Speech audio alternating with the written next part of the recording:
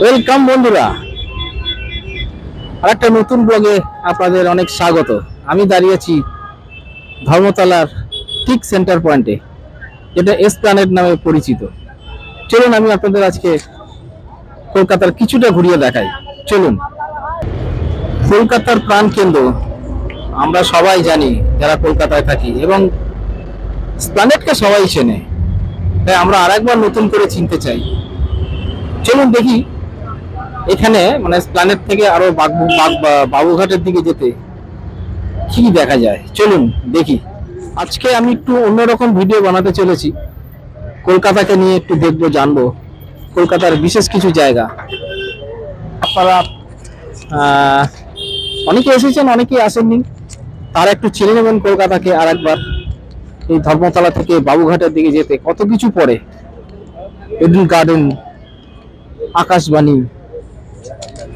কলকাতা যারা থাকেন তারা দেখেছেন, বাইরেও যারা থাকেন তারা দেখেছেন, তবু আর একবার আমি যারা দেখেননি তাদের জন্য দেখাবো।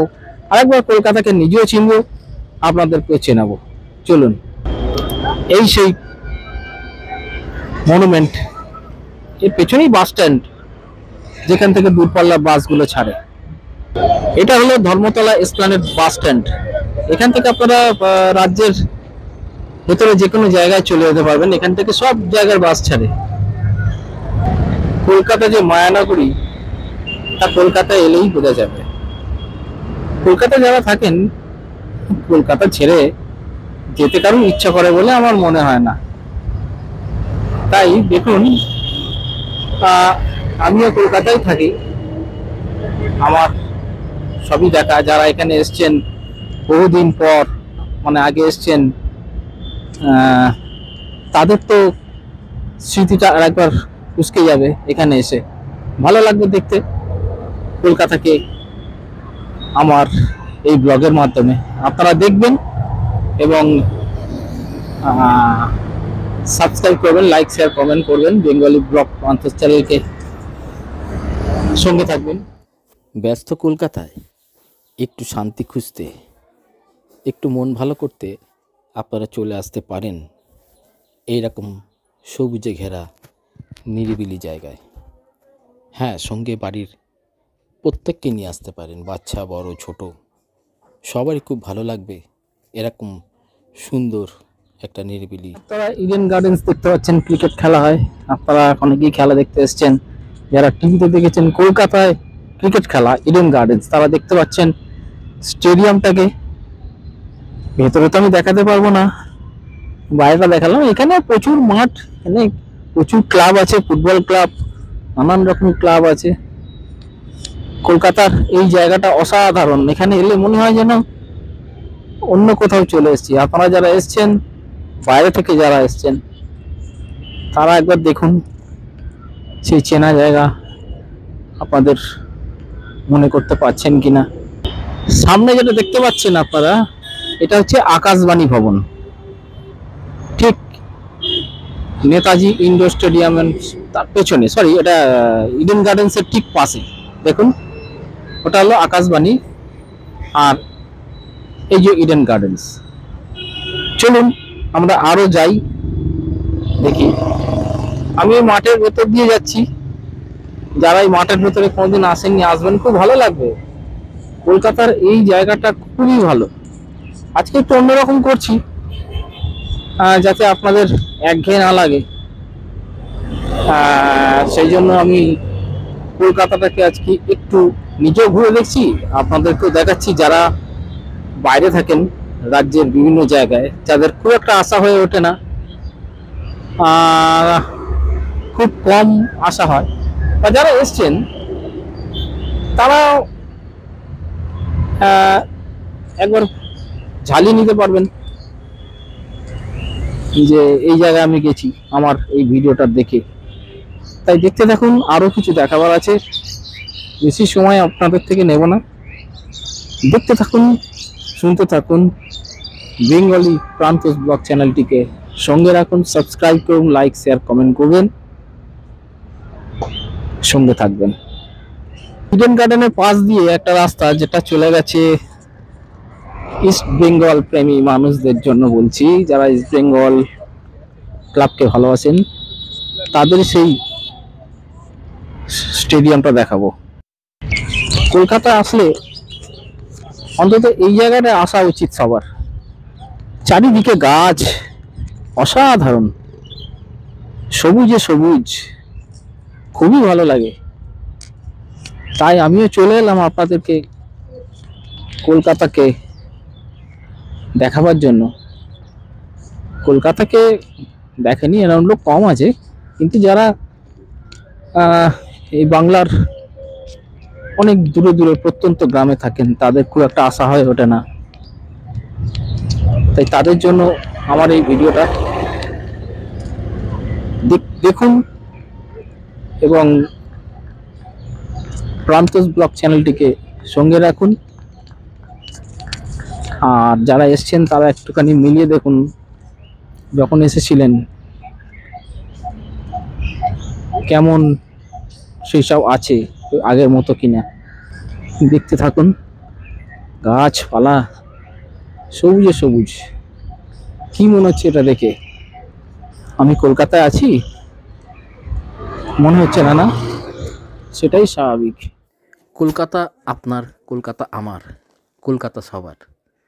তাই কলকাতাকে পরিষ্কার রাখুন, পরিচ্ছন্ন রাখুন এবং কলকাতাকে আরও সুন্দর করুন। সবাই আসুন, দেখুন। এটা এরিয়ান ক্লাবের মাঠ।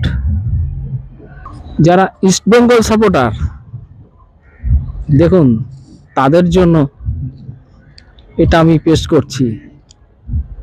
এই মাঠটি হলো আপনাদের ইস্ট বেঙ্গল ক্লাব।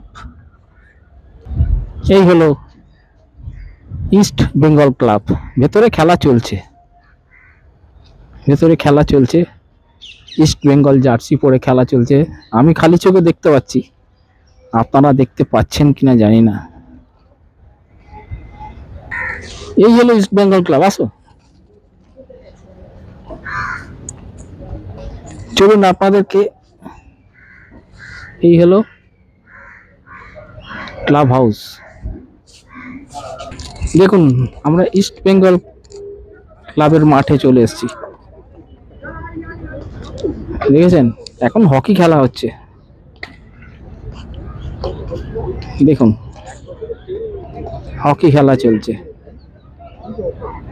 দেখেছেন? এই হচ্ছে গ্যালারি। কি ইস্ট বেঙ্গল ক্লাবের ভক্তরা, কেমন লাগছে দেখতে? দেখুন ইস্ট বেঙ্গলের ভিভিআইপি বক্স। কি ইস্ট বেঙ্গল বন্ধুরা, খুশি তো? আপনাদের ক্লাবের মাঠে ঢুকে পড়লাম, ঢুকে আপনাদের দেখালাম। আপনারা যদি আনন্দ পেয়ে থাকেন তাহলে একটা লাইক, কমেন্ট, শেয়ার করবেন আর অবশ্যই চ্যানেলটিকে সাবস্ক্রাইব করে দেবেন। ঠিক আছে? আমি এখন একদম ইডেন গার্ডেন্সের সামনে, একদম ইডেন গার্ডেন্স মাঠের বাইরে, কিন্তু একদম সামনে আপনারা দেখতে পাচ্ছেন। আপনারা আছে এটাকেও দেখবেন। ইস্ট বেঙ্গল ভক্তরা যারা ইস্ট বেঙ্গল ক্লাবকে ভালোবাসেন, আমি সেই ইস্ট বেঙ্গল ক্লাবকে দেখিয়েছি। এবারে দেখাবো আপনাদের মোহনবাগান ভক্তদের। মোহনবাগান ক্লাব দেখুন, আপনাদেরকেও নিরাশ করব না, আপনাদের ক্লাবকেও তুলে ধরলাম। ইস্ট বেঙ্গল ক্লাব, মোহনবাগান ক্লাবকে তুলে ধরলাম।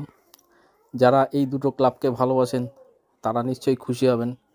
আর শুধু খুশি হলে হবে না, খুশির সঙ্গে সঙ্গে লাইক, শেয়ার, কমেন্ট করতে হবে, সাবস্ক্রাইব করতে হবে। আমি আপনাদের জন্য এত পরিশ্রম করছি। আমার ভয়েসটা এখানে রেকর্ড হয়নি, যার জন্য আমাকে ভয়েস ওভার দিতে হলো। আমরা ইস্ট বেঙ্গল ক্লাব, মোহনবাগান মাঠের গ্যালারিতে উঠছি আপনাদের ভালো করে মাঠটা দেখাবার জন্য। দেখুন, আপনাদের সেই প্রিয় মাঠ, যারা মোহনবাগান সমর্থক, যারা মোহনবাগানকে প্রাণ দিয়ে ভালোবাসেন, তাদেরকেই বিশেষ করে দেখানো। দেখুন, কলকাতার মাঠ এ অনেক পুরনো, সবার প্রাণের মাঠ, যারা যে দলকে ভালোবাসেন। তাই আমিও চলে এলাম আপনাদের এটা দেখাতে। আপনাদের অনেক ভালো লাগবে জেনে, এবং আমারও ভালো লাগবে। ইস্ট বেঙ্গল বন্ধুরা, আপনারা আপনাদের মাঠ দেখেছেন, খুশি হয়েছেন। আমি মোহনবাগান ভক্তদের কিন্তু দুঃখিত করতে চাই না। আমি মোহনবাগান মাঠেও চলে, হ্যাঁ দেখে নিন, মোহনবাগান মাঠে আমি দাঁড়িয়ে আছি এখন। যদিও ফাঁকা মাঠ, ফাঁকা চেয়ার, কিন্তু আমি দাঁড়িয়ে আছি আপনাদেরকে এই মাঠটি একবার দেখানোর জন্য। দেখে নিন কেমন লাগছে, কেমন লাগলো আপনাদের, কমেন্ট করবেন। দূরে দেখা যাচ্ছে 42 সেই বড় বিল্ডিংটা, অসাধারণ অসাধারণ।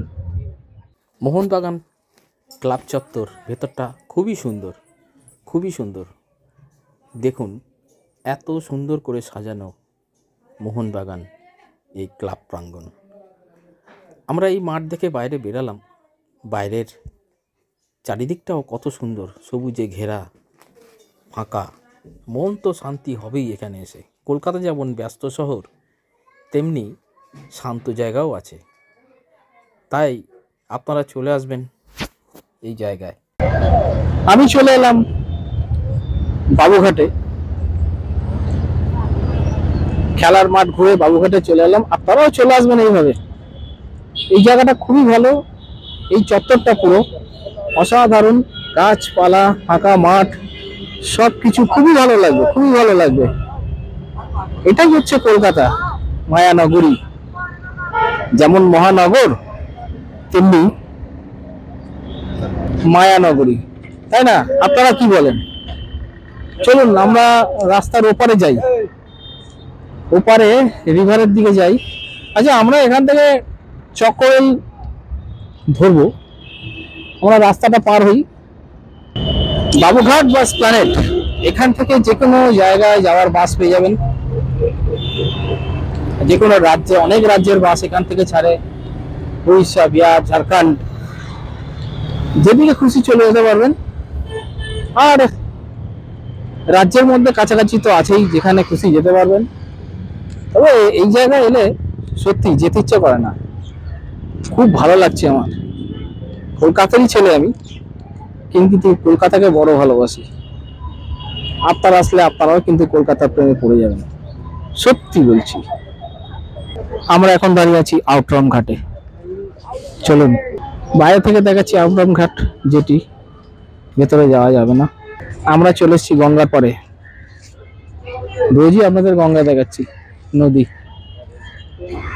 বাবুঘাটের গঙ্গা নদী আর কি। চলুন আপনারাও দেখুন, আমিও দেখি, কি যে ভালো লাগে এখানে বলে বোঝাতে পারবো না, অসাধারণ।